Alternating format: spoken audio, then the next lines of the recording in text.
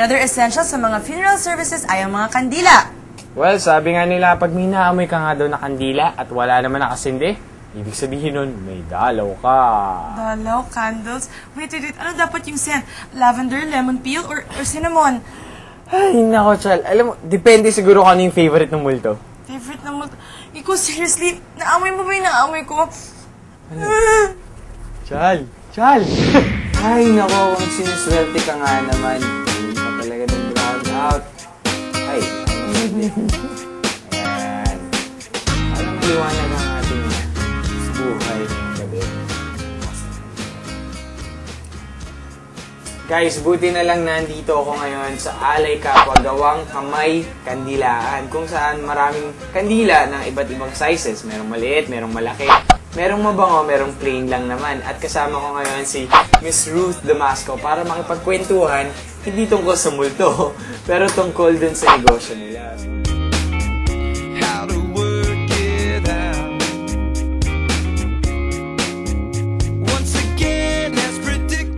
So bakit hindi niyo po kami bigyan ng konting history lang po? Paano po ba nagsimula yung Alay Kapwa Gawang Kamay Kandilaan? Okay. So, nagsimula ito tungo sa aming pag-Bible sharing. Kasi nagbuo kami ng isang komunidad. Pagkatapos, kung saan ang vision namin ay magkaroon ng malasakit ang bawat isa at magtulungan, magmahal sa kalikasan tungo sa ikauunlad at kaganapan ng buhay. Sinimula namin to sa pamamagitan ng mga kananayan.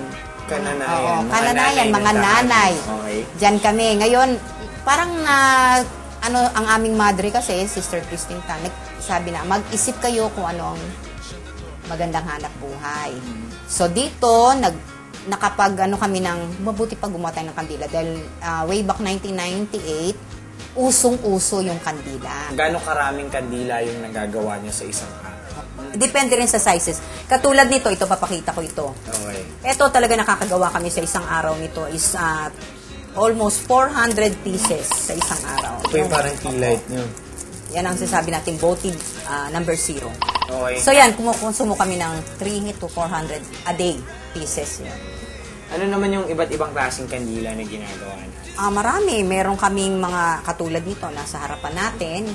Ito yung sinasabi nating pang unity candle. Kasi yung mga kinakasal, minsan gusto nila may mga malalaking kandila. Okay. At ito naman yung sinasabi nating tapered na kung saan ginagamit sa undas. At ito naman ang mga scented candles na ginagamit ng mga kalalakihan, mga babae na nagre-regalo sa kanilang boyfriend. Kasi pang lalaki to itong klaseng ganito, pang lalaki yan. And then dito sa likod ko, nakita nyo naman maraming mga design, kung saan sinasabing man and woman. Pero kami pang giveaway para sa wedding, tapos pang birthday, debut, at undas.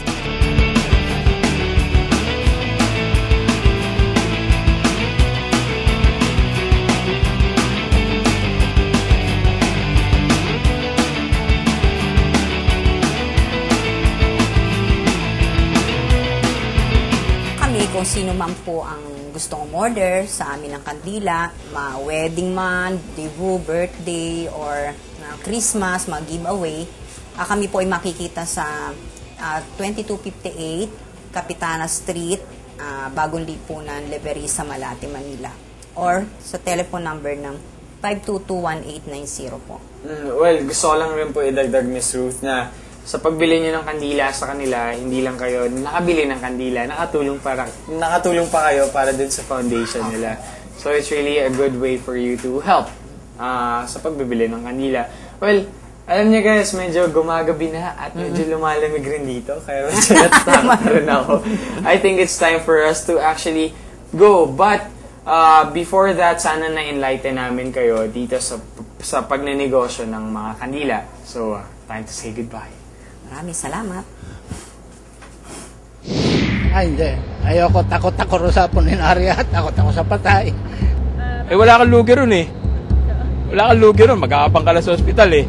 O, di ba? Pero hindi ka nananalangin mamamatay. Ibig sabihin, doon naman tayo pupunta lahat eh.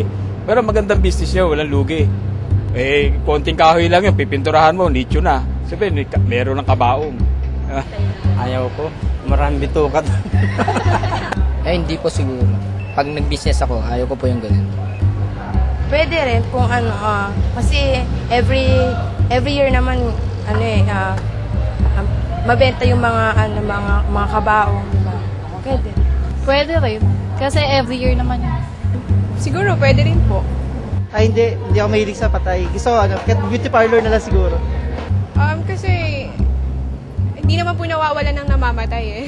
Di ba? Every parang ganun po. Okay lang din. Kasi araw-araw naman may namamatay, di ba? So, click siya.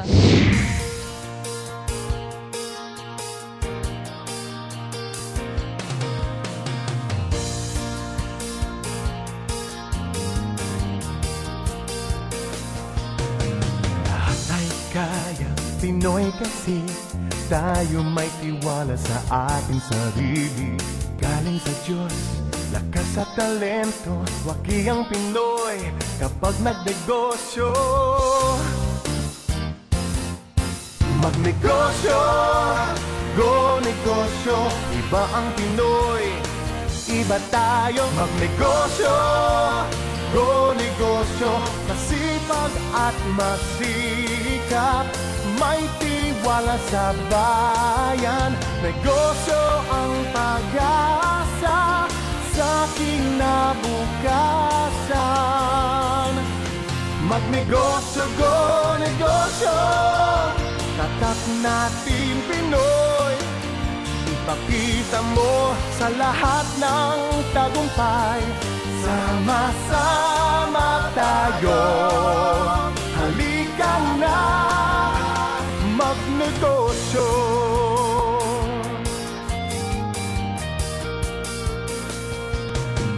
Huwag nang isipin ang di maganda, sa puso't diwa.